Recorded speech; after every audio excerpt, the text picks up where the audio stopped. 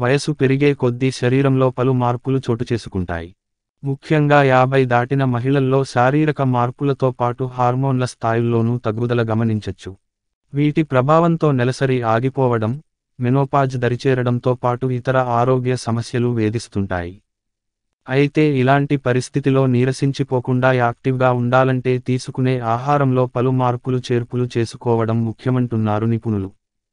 అవేంటో తెలుసుకుందాం రండి. సాధారణంగా 50 దాటిన మహిళల్లో సంతానోత్పత్తిలో కీలక పాత్ర పోషించే ఈస్ట్రోజెన్, ప్రొజెస్టిరాన్ హార్మోన్ల ఉత్పత్తి పూర్తిగా తగ్గిపోతుంది. ఫలితంగా నెలసరి ఆగిపోవడం, మెనోపాజ్ దశలోకి ప్రవేశించడం వంటివి జరుగుతాయి.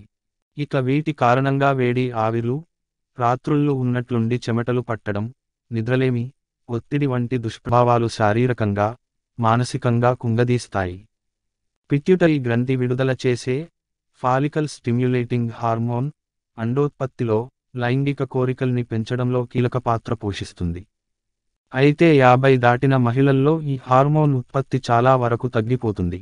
తద్వారా ఈ వయసులో సంతాన సామర్థ్యం తగ్గిపోవడంతో పాటు శృంగార కోరికలు అడుగంటిపోతాయి.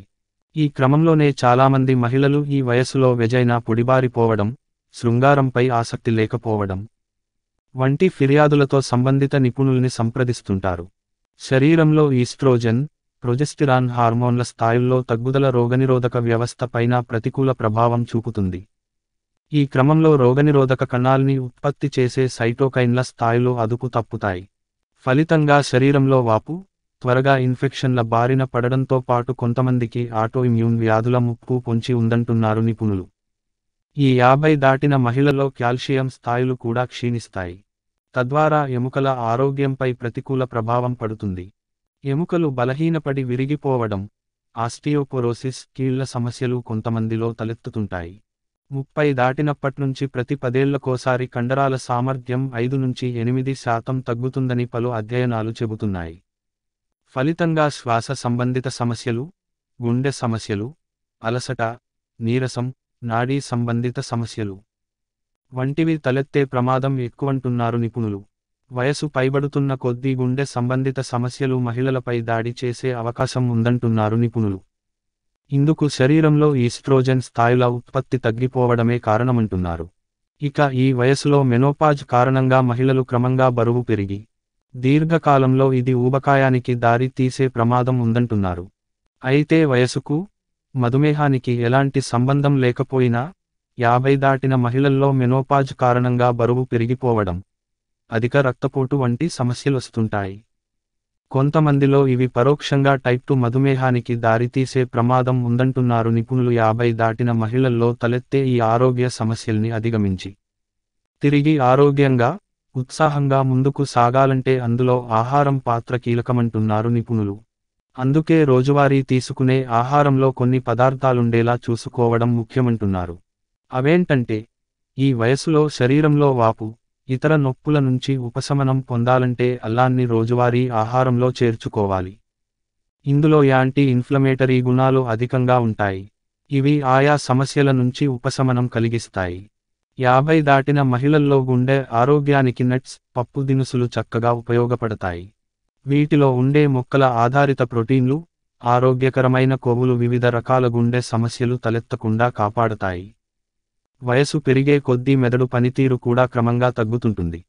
ఫలితంగా మతిమరుపు, ప్రవర్తనా లోపాలు వస్తుంటాయి. ఇలా జరగకుండా ఉండాలంటే ముందు నుంచే బెర్రీ పండ్లను ఆహారంలో చేర్చుకోవాలి. వీటిలో ఉండే ఆంథోసయనిన్స్ అనే యాంటీ ఆక్సిడెంట్ సమ్మేళనాలు మెదడు చురుగ్గా పనిచేసేలా చేస్తాయి. ఆకుకూరల్లో విటమిన్లు, ఖనిజాలు, యాంటీ ఆక్సిడెంట్లు పుష్కలంగా లభిస్తాయి. ముఖ్యంగా వీటి నుంచి అందే కాల్షియం, విటమిన్ కే ఎముకల ఆరోగ్యాన్ని మెరుగుపరుస్తాయి. కాబట్టి అవసరమైతే డాక్టర్ సలహా మేరకు కాల్షియం సప్లిమెంట్లు తీసుకుంటూనే ఆకుకూరల్ని రోజువారీ మెనూలో చేర్చుకోవాలి. ఇక ఈ వయసులో రోగనిరోధక వ్యవస్థ పటిష్టంగా ఉండాలంటే వెల్లుల్లి, పసుపు, పాలు, పాల పదార్థాలు, పుట్టగొడుగులు, మాంసం, చేపలు, కోడిగుడ్లు వంటివి తరచూ ఆహారంలో భాగం చేసుకోవాలి. 50 దాటిన మహిళల్లో మెనోపాజ్ కారణంగా పెరిగే బరువును తగ్గించుకోవడానికి గ్రీన్ టీ చక్కటి పరిష్కారం. ఇందులోని యాంటీ ఆక్సిడెంట్లు, యాంటీ ఇన్ఫ్లమేటరీ సమ్మేళనాలు, పాలీఫినోల్స్, బరువును అదుపులో ఉంచడంతో పాటు క్యాన్సర్, మధుమేహం వంటి దీర్ఘకాలిక సమస్యలు రాకుండా కాపాడతాయి. ప్రోటీన్లు అధికంగా ఉండే ఆహార పదార్థాలు మెనోపాజ్ వల్ల తలెత్తే దుష్ప్రభావాల్ని తగ్గించడంలో సమర్థంగా పనిచేస్తాయి. కాబట్టి ఈ పోషకం ఎక్కువగా లభించే పాలు, పాల పదార్థాలు, తృణధాన్యాలు, బాదం పప్పులు, క్వినోవా వంటివి ఎక్కువగా తీసుకోవాలి.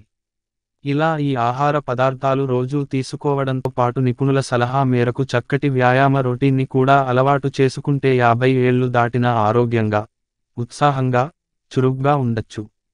అలాగే ఈ వయసులో తలెత్తే చిన్న చిన్న ఆరోగ్య సమస్యల్ని నిర్లక్ష్యం చేయకుండా, వైద్యుల్ని సంప్రదించి వారు సూచించిన సలహాలు, చిట్కాలు పాటిస్తే ఇక ఆరోగ్యానికి తిరుగుండదు.